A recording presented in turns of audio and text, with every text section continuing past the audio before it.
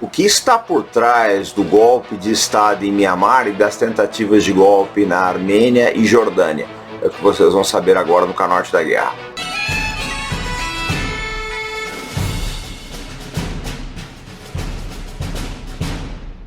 Pessoal, não vamos esquecer de acionar o sino.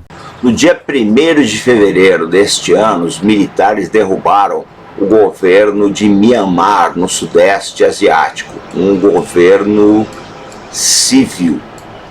Algum tempo depois, no dia 25 de fevereiro de 2021, os militares do exército da Armênia pediram que o primeiro-ministro renunciasse. Não foi atendido até o momento, mas a situação está bem tensa.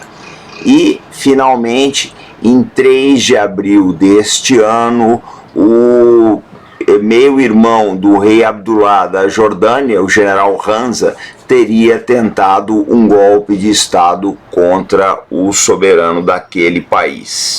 Olá, combatente do Canal Arte da Guerra. Vocês notam aí que no espaço de 40 dias, 6 semanas, né, nós tivemos 3 golpes de Estado ou tentativas de golpe de Estado em diversas regiões do mundo, né, o que indica uma certa instabilidade internacional. O que acontece, na verdade, né? Muitos países adotaram aí essas políticas de trancamento, etc. Só que a economia, ela não vai junto, ela vai exatamente, ela vai para baixo, né? Não tem como. Então, os países não estão, no caso da Armênia é um caso mais particular aí, porque eles perderam uma guerra, né? E a Jordânia também tem bastante particularidades aí, porque o rei concentra muito poder na mão dele. Mas a pandemia está valendo para todo mundo, pessoal. Está fazendo o mesmo estrago aí em todos os países, né, que adotaram medidas que degradam bastante a economia. Mas o fato é que isso gera um descontentamento muito grande.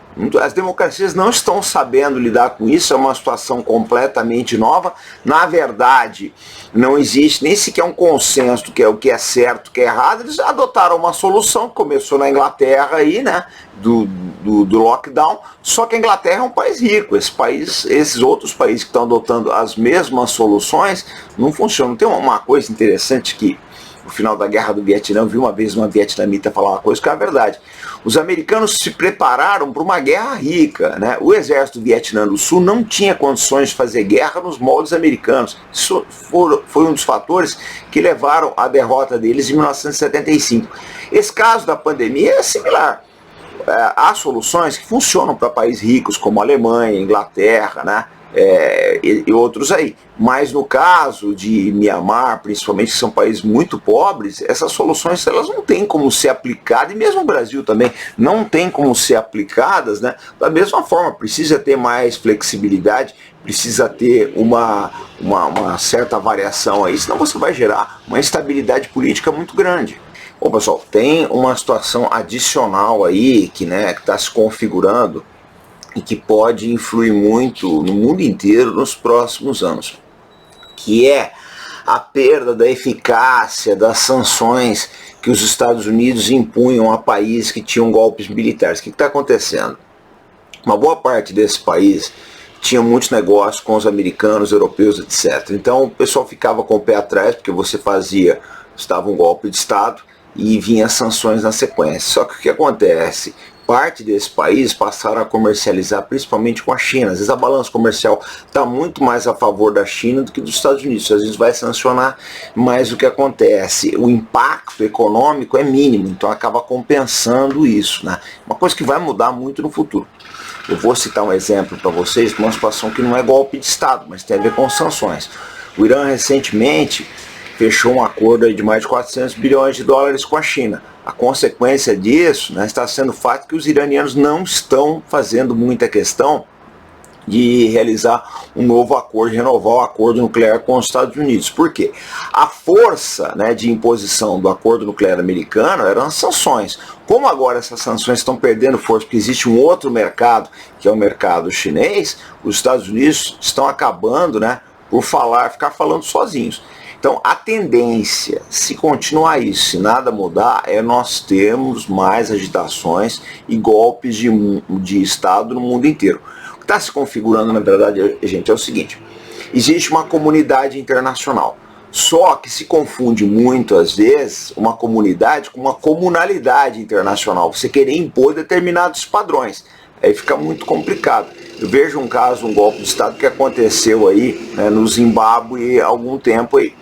O ditador Robert Mugabe estava no poder há 37 anos, né, já estava com 93 anos de idade, bastante doente, né, eu sempre cito esse caso.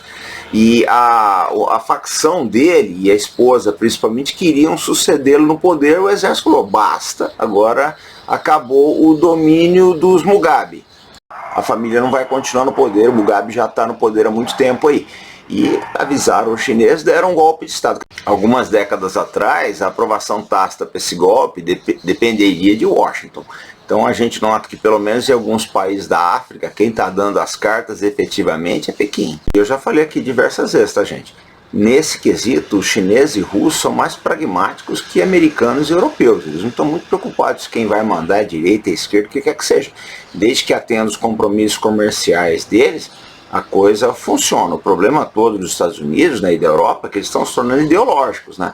Você, além de atender os compromissos econômicos com eles aí, você tem que governar da maneira que eles te impõem.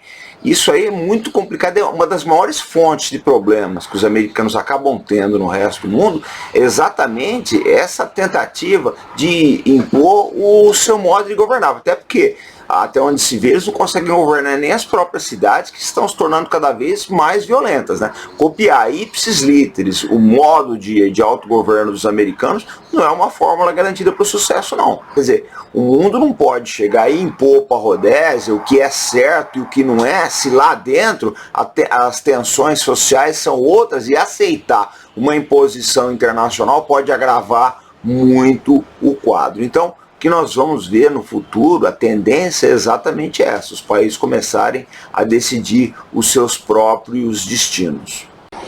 Pessoal, como eu já falei, o Frederick Forsyth foi piloto da Real Força Aérea.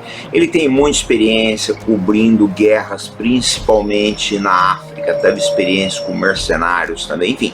Ele é muito vídeo, escreveu muita coisa sobre a Guerra Fria. Os livros dele são um primor de planejamento. Eu falo sempre isso. Se você quer fazer, né, um curso de planejamento militar, leia os livros do Frederick Forsyth, que vocês vão aprender muita coisa. Eu gosto muito dos primeiros, né? Cães de Guerra, o Dossiê Odessa, a Alternativa do Diabo, né? A História de Biafra, O Pastor, todos são muito bons. Meu favorito é o Punho de Deus. Eu já fiz diversos vídeos aqui falando sobre o planejamento da Guerra do Golfo. Já tem algum tempo que ele não lança livro. Esse, o Cobra, eu acho que foi o último que ele lançou, já tem alguns anos. O outro que eu recomendo muito, para quem quiser entender de guerra híbrida, é O Ícone, que trata de uma infiltração, né, de um agente da CIA na Rússia. O livro é muito bom, muito detalhado. É fora de série, vocês vão aprender muito sobre espionagem, sobre como funcionam os organismos internacionais, como operam as forças armadas, né, e principalmente a cabeça das lideranças. Então todos esses livros tem na Amazon, fiz uma boa seleção aqui para vocês, tá? Eu lembro que todas as vezes que vocês compram livros e demais itens na Amazon, seja através, tá, do nosso link da descrição ou do QR Code que aparece na tela, vocês estão ajudando o canal Arte da Guerra. Bom, pessoal, esse foi o nosso vídeo de hoje. Na sequência tem o nosso Café com Defesa. Logo depois o Caballé e eu vamos estar no canal do Coronel Chivertes comemorando os 10 mil inscritos. Então encontro vocês nesses eventos, sempre com responsabilidade e compromisso. Fé no Brasil, pessoal. Até mais.